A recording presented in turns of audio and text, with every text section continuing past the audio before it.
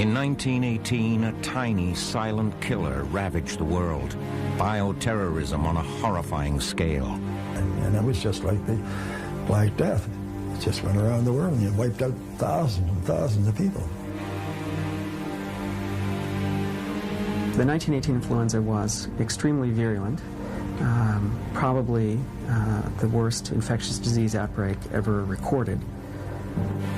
The Spanish flu spread faster and killed more people in less time than any of the great plagues of history. It moved so fast that by the time people realized what was happening, it had gone on to the next state, the next province.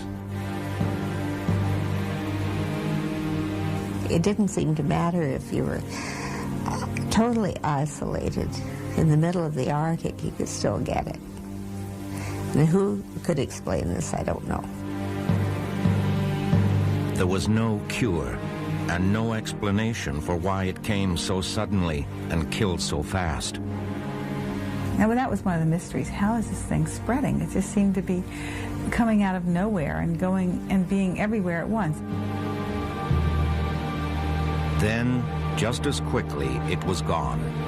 And to this day, the Spanish influenza is still one of the great murder mysteries of the 20th century.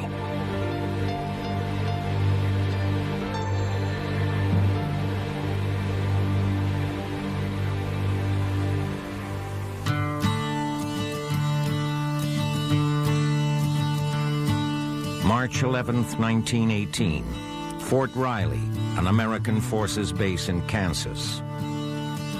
A company cook reports to the base hospital with what seems to be typical symptoms of the flu: mild fever, sore throat, and muscle aches. By noon, there are 100 more cases. Within a week, 500. Military camps are hotbeds of respiratory infectious viruses, again for the same reason that you bring people together and you put them in close quarters, say open barracks, in which 300 men are sleeping in one open room, so one person sneezes, everyone gets the virus. Within a matter of days, there are other outbreaks. Thousands of workers at the Ford Motor Company in Detroit are sent home with the same symptoms. In California, 500 prisoners at San Quentin come down with the flu, but still no alarm bells. And there's no precedent for it. If you say plague, everybody says, my God, plague. If you say influenza, everybody says, huh? Not to worry, it's influenza. Take an aspirin and go to bed. But there's something different about this flu. People are not only getting sick, they're dying. That spring, 46 soldiers are buried at Fort Riley. It seemed like somebody would start to feel a little bit ill, and then hours or maybe a day later they couldn't breathe. Their skin would turn dark because they couldn't get enough oxygen to their blood, and they would essentially drown. Their lungs would fill with fluid. Then, just as quickly as it arrived, the sickness seems to disappear. The First World War is raging in Europe, and that summer tens of thousands of American soldiers are crowding onto troop ships for the voyage overseas. No one realizes that many are carrying something far deadlier than their weapons: a tiny, silent stowaway. I don't think anybody's ever figured out the numbers, but certainly there are hundreds and hundreds of soldiers who died on those ships who might well have survived if they'd just been left wherever they were. I've been on a troop ship, stacked 6 high in the bunks. I can't imagine the worst place to be with a respiratory disease. Within weeks, the Fort Riley sickness surfaces among the combat troops in the trenches.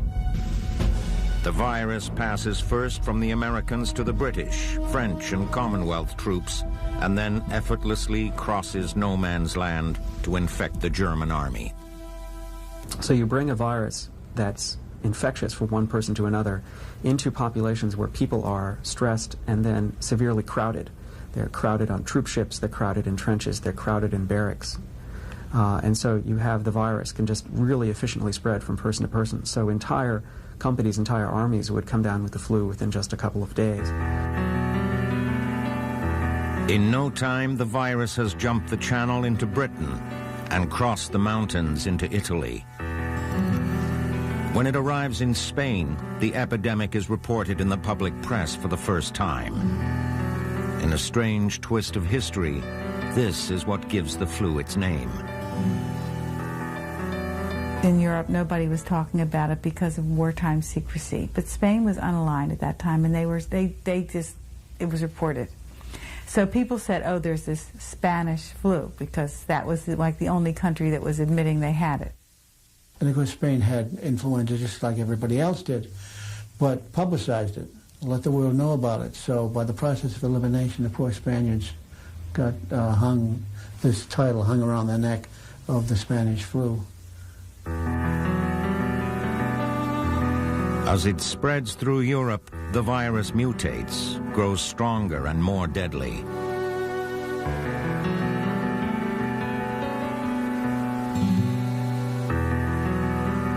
What we had in 1918 was an influenza virus that was extremely fit. And by that I mean that all of the proteins of the virus worked extremely well together, that the virus was extremely well tuned to be infectious to people, to be highly transmissible, to go from person to person, and to replicate and make copies of itself at very high copy number, very deep in the lung. But this new enemy is overshadowed by the fighting in Europe.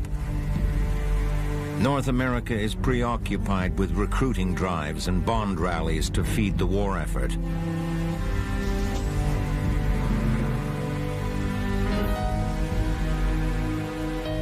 In the late summer of 1918, sick and wounded troops begin returning to North America. Many carry inside them a tiny killer, unlike anything the world has ever seen. At military camps all over North America, men begin dropping like flies. When you read what they said, it was so chilling you almost couldn't believe it. They described in a Camp Devens, which was near Boston, one of the first places where the flu showed up, that the people were dying so fast that you couldn't even get into the morgue. The bodies were stacked like cordwood, and you had to step over the bodies just to get in.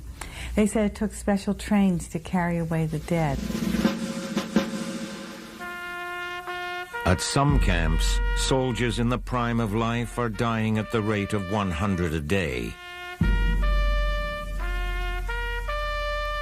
One anonymous doctor at Camp Devens is overwhelmed by the carnage. These men start with what appears to be an attack of la grippe, or influenza. And when brought to the hospital, they very rapidly develop the most vicious type of pneumonia that has ever been seen. We used to go down to the morgue and look at the boys laid out in long rows. It beats any sight they ever had in France after a battle.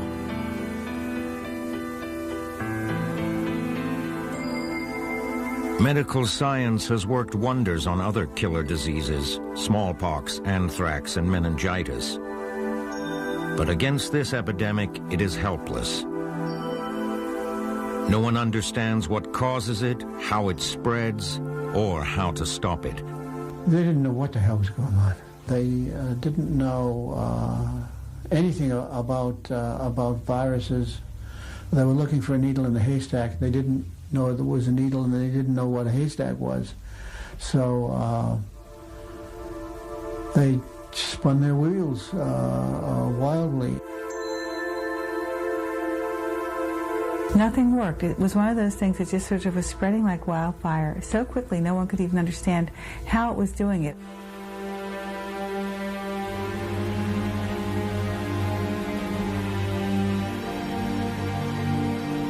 Most doctors conclude incorrectly that the culprit is bacteria. All they know for certain is that whatever it is, it attacks the most unlikely victims and kills them quickly.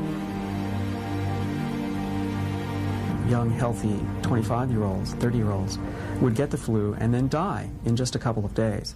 And the way they died was actually extremely unusual and not typical of influenza viruses in general. What happened is that their lungs would basically fill with edema fluid or blood, and they would literally drown in their own fluid or blood, often in as early as 1 or 2 days after the onset of symptoms. The virus has swept through the military population on both sides of the Atlantic, but in September 1918, the killer flu drifts out of the army camps and is loose in the world.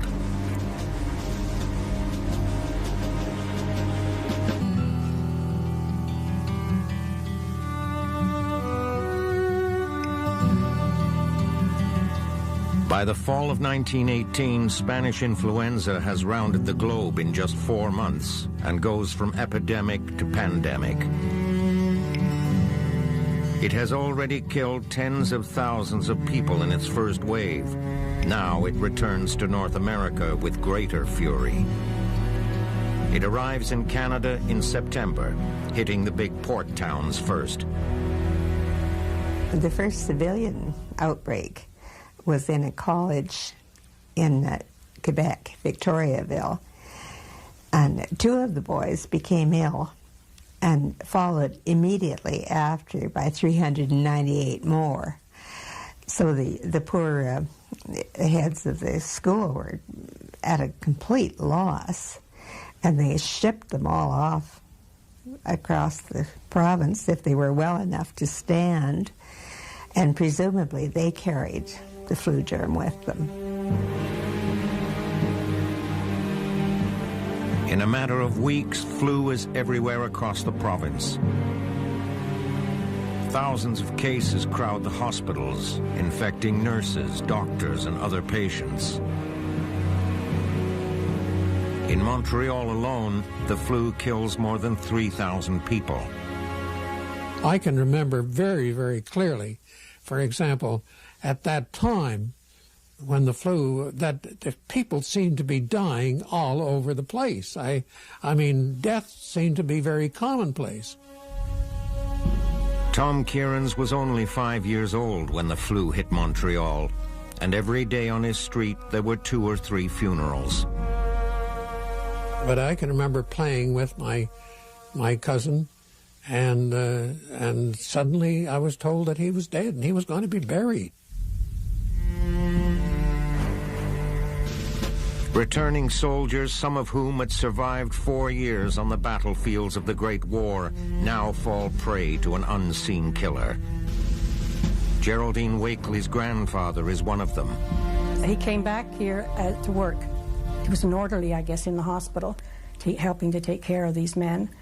And he just picked up this disease from the men he was taking care of. By the time her grandmother goes to see him in the hospital, he is already deathly sick. When he went in the hospital, I don't think he expected to come out, because he wrote a will at that time, willing his farm in Ontario to his wife. And he never saw her again. He told her not to come back because people were dropping dead in the streets, and he didn't want her there with the children. 8 days later, her grandfather is dead. There was this terrible irony of servicemen who had experienced just appalling conditions during the war and dreadful wounds, and came home and got flu and died. Now that was the ultimate irony, wasn't it? In Halifax, the epidemic is being fueled by the war effort. American troop ships en route to Europe stop here to unload thousands of soldiers too sick to make the crossing. They fill the local hospitals and further spread the flu virus. I remember Father coming home one day and he said, "I think we're in for trouble. There is a lot of bacteria that they figure has come in on some ships during the wartime, and it's incubated here, and it's been other places on the seaboard. Every member of Eleanor Ellison's family catches the flu that fall, but they are luckier than most, and all survive. I thought I was going to die. I really did. I've had flu since that, and I can't explain it to you, but the fever was different. It engulfed you, it from head to foot. You just were burning up, absolutely burning up, and nothing. I can remember Mother changing my nightgown several times in the run of a day. Quarantine signs begin to appear on front doors all over Halifax.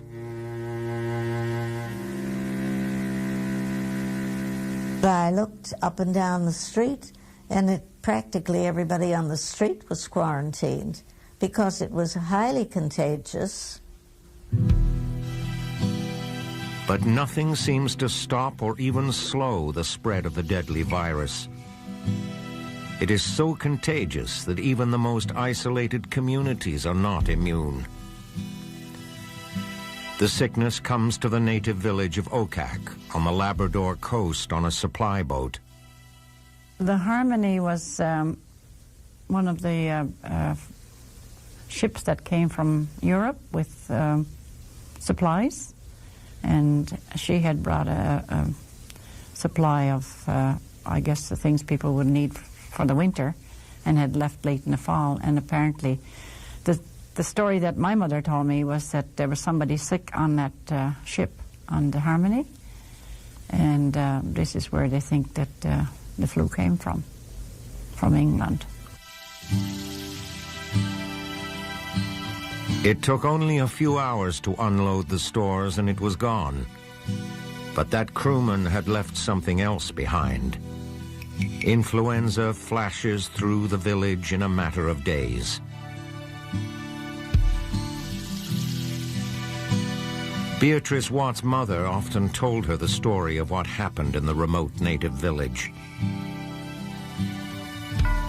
She told us about how she woke up one morning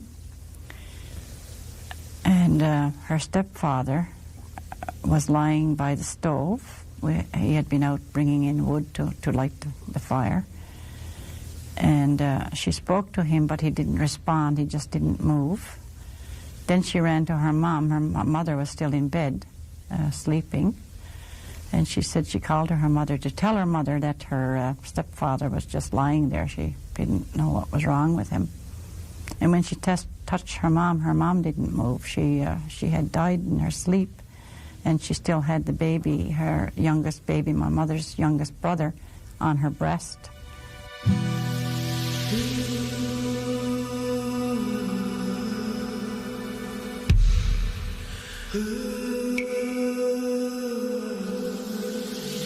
And then so she said she took the baby away. She was only 9 years old, and took the baby away from her mother and bundled him up, and she ran to her grandmother's to tell her grandmother about her stepfather and her mom. Just as she was getting to her grandmother's house, they were bringing her grandmother out, dead, and one of her aunts. In the village of 330 people, 280 die of the flu. Reverend Walter Parrott, a Moravian missionary, keeps a diary. What had been a happy and prosperous village was in a few days wiped out. Whole families died without being able to send for help. One little girl, the only survivor in a household, lived on in solitude with her dead parents and brothers and sisters around her. For weeks, she lived like this.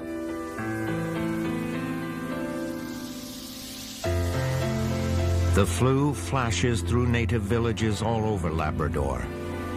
Reverend Henry Gordon, another missionary, harnesses a team of sled dogs to bring food supplies to the isolated settlements. Paradise, once the largest settlement in the bay, is a veritable city of the dead. Many of the people are still sick. Not a sign of life to be seen anywhere. The first place I made for was Mountaineer Cove. There were once 4 families living there. I found the remains of one. All the rest were dead.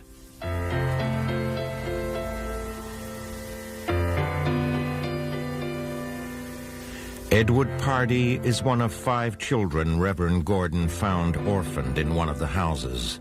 Mother was across the river, born a baby across the river. She was born a baby across the river. And then she come back, there was Sunday, Saturday. Sunday she come back Sunday, and she got back 12 o'clock in the night. And she come in and she leaned on the table. When she leaned on the table, she fell back on the floor dead. Yeah. So he did it quick as that. So those men up the river come down and put her out in the porch. She said, boys, be good to your father. She said, that's the best word I heard her say. Yeah. And whenever I had a chance to be good to her father, because 6 hours after he died, huh? Never forget. Never.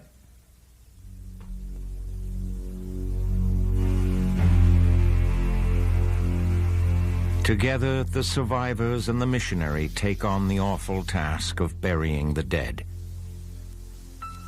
The frozen ground and their own weakness prevented the digging of graves. They buried the bodies in the sea through a grave-like hole cut in the ice and set fire to the deserted houses to get rid of the infection. In a grisly turn of events, the survivors are forced to destroy hundreds of sled dogs. With no one left to feed them, they have begun to run in savage packs. They just went wild, dashed through the windows of the houses, and pulled down the doors, and fell to eating human flesh. In some cases, they attacked the living, who were not strong enough to beat them off. In just 2 weeks, the Spanish flu had wiped out 1/3 of the Inuit population in Labrador. The village of Okak is abandoned and never resettled. People didn't seem to want to go back there, although it was a really good place for hunting and fishing and, you know, for making a living and just surviving, I guess. Nobody wanted to go back. They just closed it down and left it.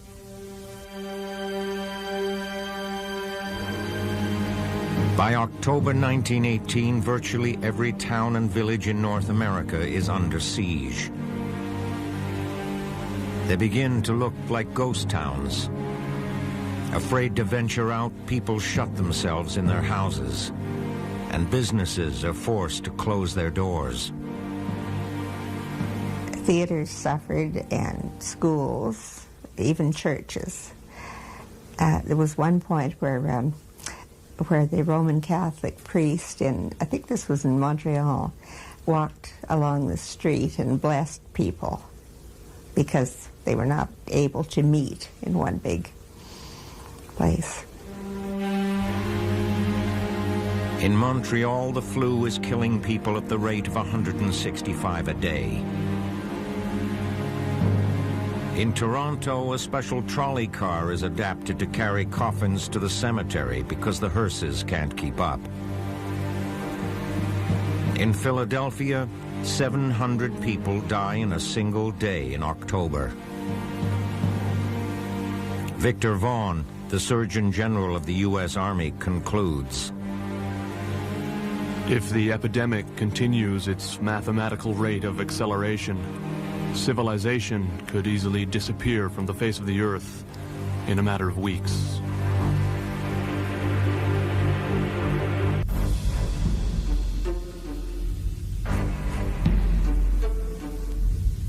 By October 1918, the Spanish flu is spreading with breathtaking speed across the Atlantic Ocean and through North America.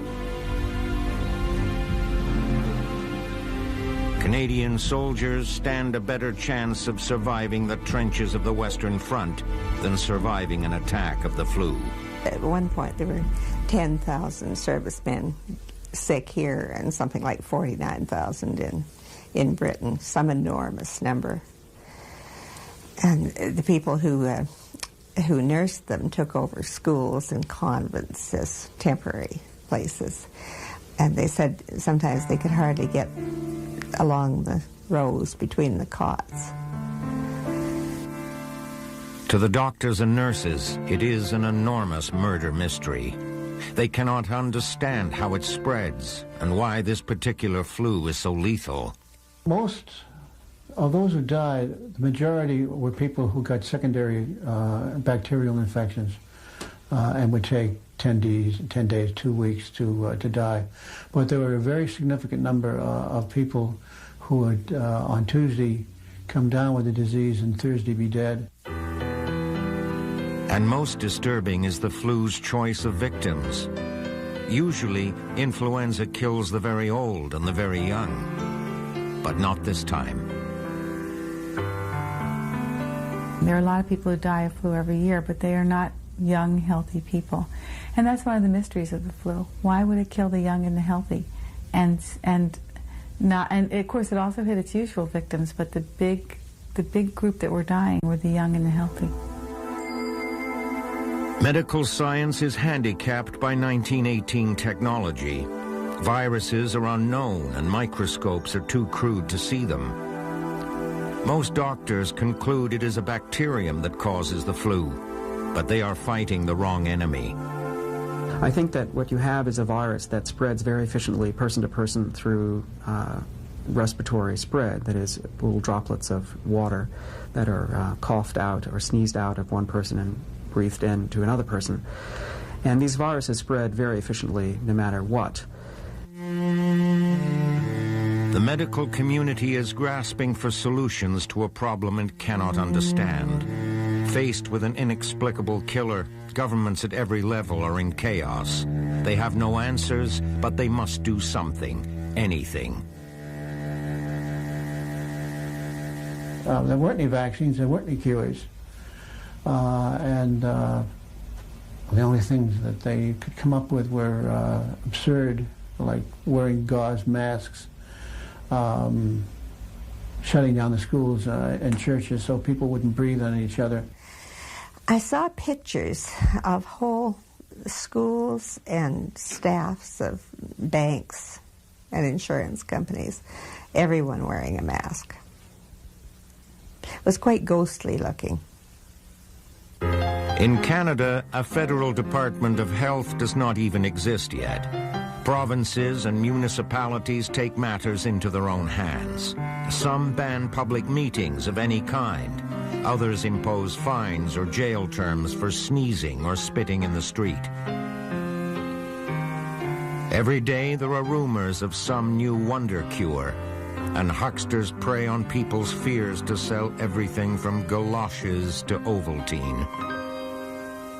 There's a commercial reaction to any sort of a crisis. And medications were produced and peddled that were, guarantee you recovery from the disease, or you won't even get the disease, and they were all absolutely and totally useless.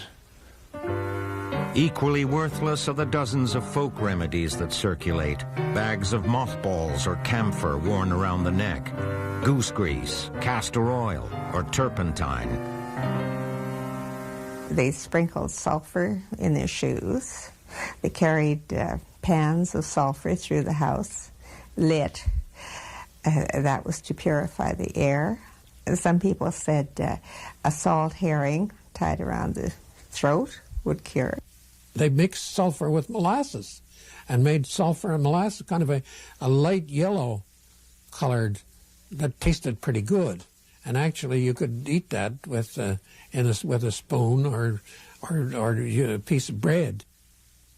Another remedy that I was told about was about dipping a needle into the scent gland of a skunk and stirring the needle around in a glass of water and drinking the water.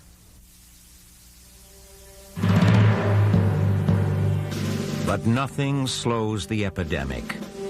By mid-October, the flu has spread from east to west, cutting a swath through North America. Buildings everywhere are commandeered, and university auditoriums, schools, church basements become temporary hospital wards. In Toronto, ribbons begin appearing on the front doors of houses all over the city.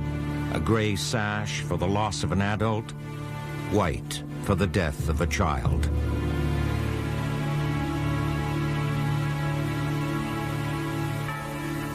It was a very random thing. It might hit one house in a city block and no others, or it might take almost all the houses. Hearses went up and down the streets, and one woman talked about hearing the cart rattling at night. It sounded sort of like the French Revolution. They were carrying away the dead. In some places, the death toll rises so fast that bodies must be buried in mass graves. One observer writes, "The fear was so thick that even a child could feel it. Every day there was someone we knew in the obituary columns. We got so we didn't even mourn."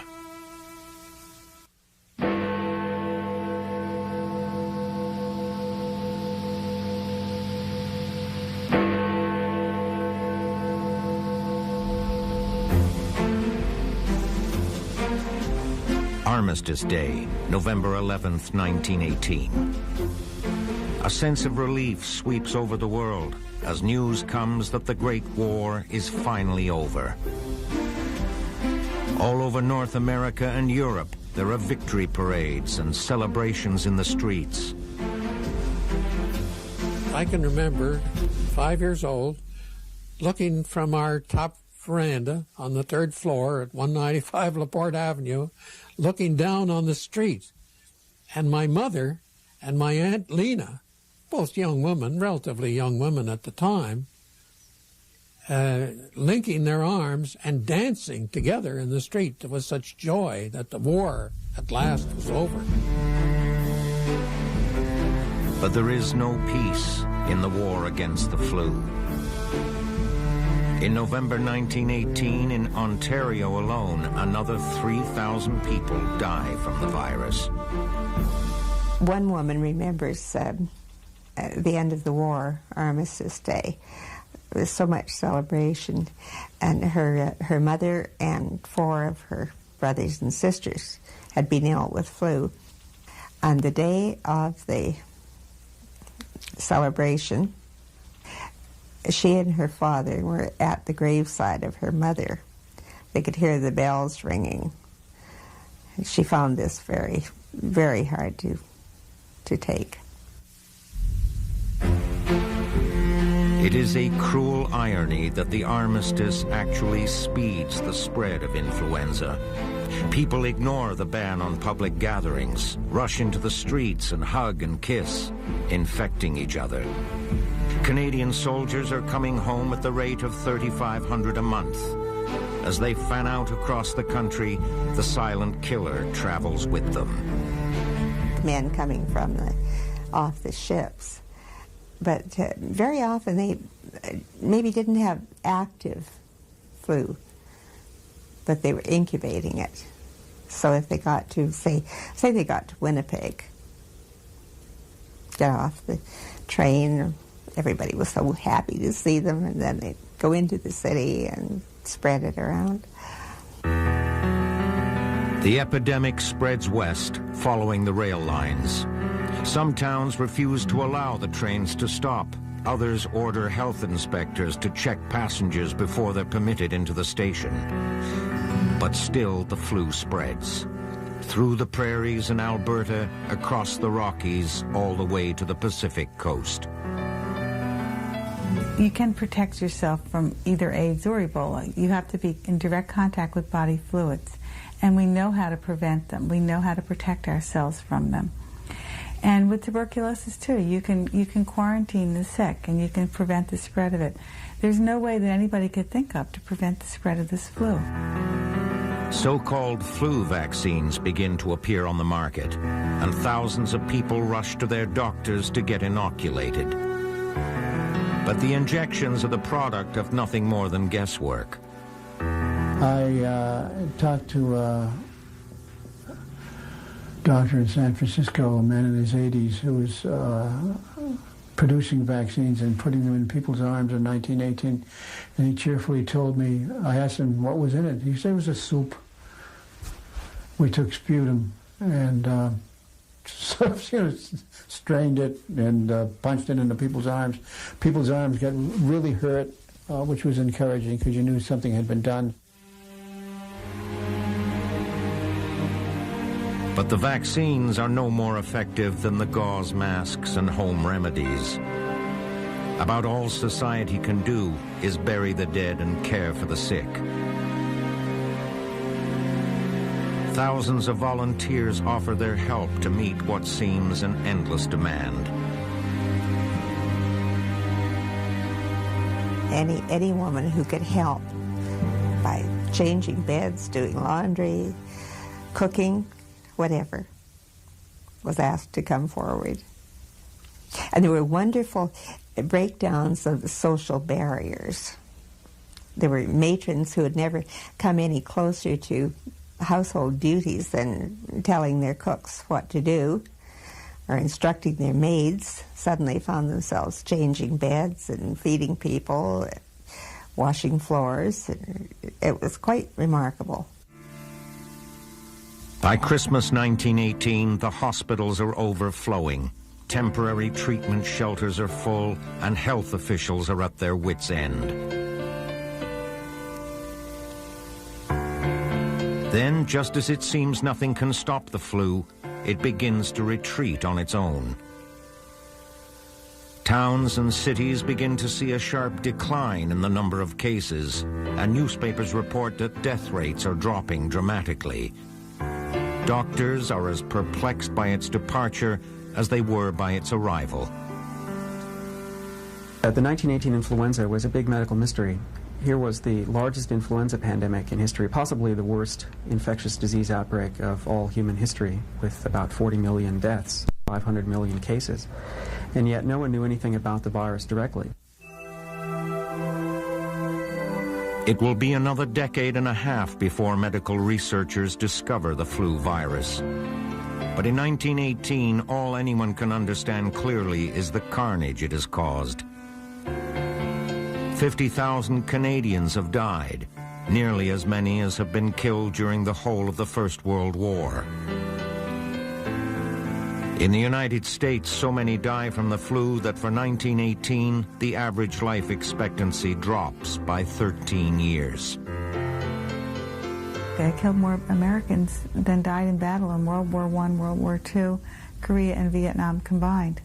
And one person at the time wrote something which I thought was really interesting. He said that this virus demonstrated the inferiority of human weapons in destroying human life. Almost every country in the world has suffered. 500,000 die in Russia, 375,000 in Italy, at least 5 million in India. It's estimated that the 1918 pandemic has killed at least 40 million people worldwide.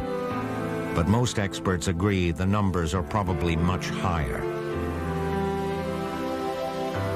There's a lot of underestimation of the number of deaths, and particularly understated morbidity rates, which are always understated anyway because a lot of people get the disease, have no sign of it at all. A lot of people get the disease and keep on cranking along anyway, but don't turn themselves in as sick. So, rule of thumb, would be that the death rates and the morbidity rates in 1918 are practically every place understated, not overstated.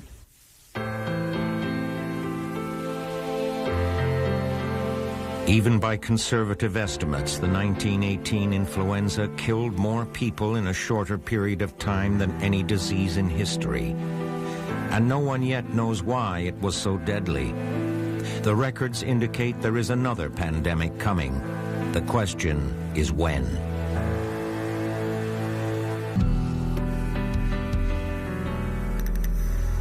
Medical researchers are still struggling to unravel the mystery of the 1918 influenza. It is not simply an academic exercise. Unless they can understand what happened in the past, they cannot prepare for the future. New influenza viruses will emerge, and I think it's very likely that new pandemic viruses will reappear. Since we don't yet know, one, where the 1918 flu came from, and two, why specifically it was so lethal, we can't apply those lessons to the future. In 1997, two separate scientific expeditions set out to find tissue samples containing genetic material of the 1918 virus. The first traveled to a remote island in Norway, where 7 coal miners who died of the flu had been buried. Scientists were hoping their bodies might have been preserved in the permafrost. But unfortunately for this project, the bodies had slowly risen up during this 80-year period so that they were just below the surface of the ground. And because of that, they had repeatedly thawed and refrozen. And so there were no soft tissues remaining in these bodies, and so there was no way to recover fragments of the virus. The second expedition to Alaska was luckier. Here, a retired pathologist, Johann Hulten, found the bodies of 4 Spanish flu victims that had been solidly frozen for 80 years. Tissue samples were taken from one of the bodies that still contained genetic material of the virus. But scientists are still a long way from unlocking the secret. But it's going to take us years because the virus, its genetic material is broken up into these teeny tiny fragments. And so we have to isolate each tiny fragment one at a time, generate its sequence, and then, in a sense, put the whole thing together like putting together a puzzle or a mosaic. Every year, influenza causes 20,000 deaths in the United States alone. But if a virus with the killing power of the 1918 flu appeared again, the speed of modern travel would produce a devastating death toll. It isn't ships that take a week to cross the Atlantic now and 2 weeks or whatever to cross the Pacific. You know, we're hours away from any spot on the globe now. So if anything like this exploded again, it would travel immensely fast. I ask people all the time, could it happen again? Because it's the question on everybody's mind. And the answer I always get is, yeah, it really could. You can't discount this. Because flu viruses are always changing. That's why we have a new flu season every year. They're always mutating, and we're not the only species that gets infected. So they mutate other places, and they mix and match and scramble their genes. All the studies show severe flu epidemics break out on a regular cycle, and many scientists predict that the world is overdue for another attack. Much of the world's population lives in conditions not significantly different than they were in 1918, so I think if an influenza pandemic of the magnitude of 1918 were to reoccur, I think that we would be looking at very similar percentages of illness and death, which is very depressing and also very scary. It's a sobering thought. Influenza is so transmissible that it will sweep around the world, and you know, it can do it again tomorrow. It can do it again today. The only way to stop influenza from moving across the world is people got to stop breathing or all crawl into holes and stay there, and that's not going to happen.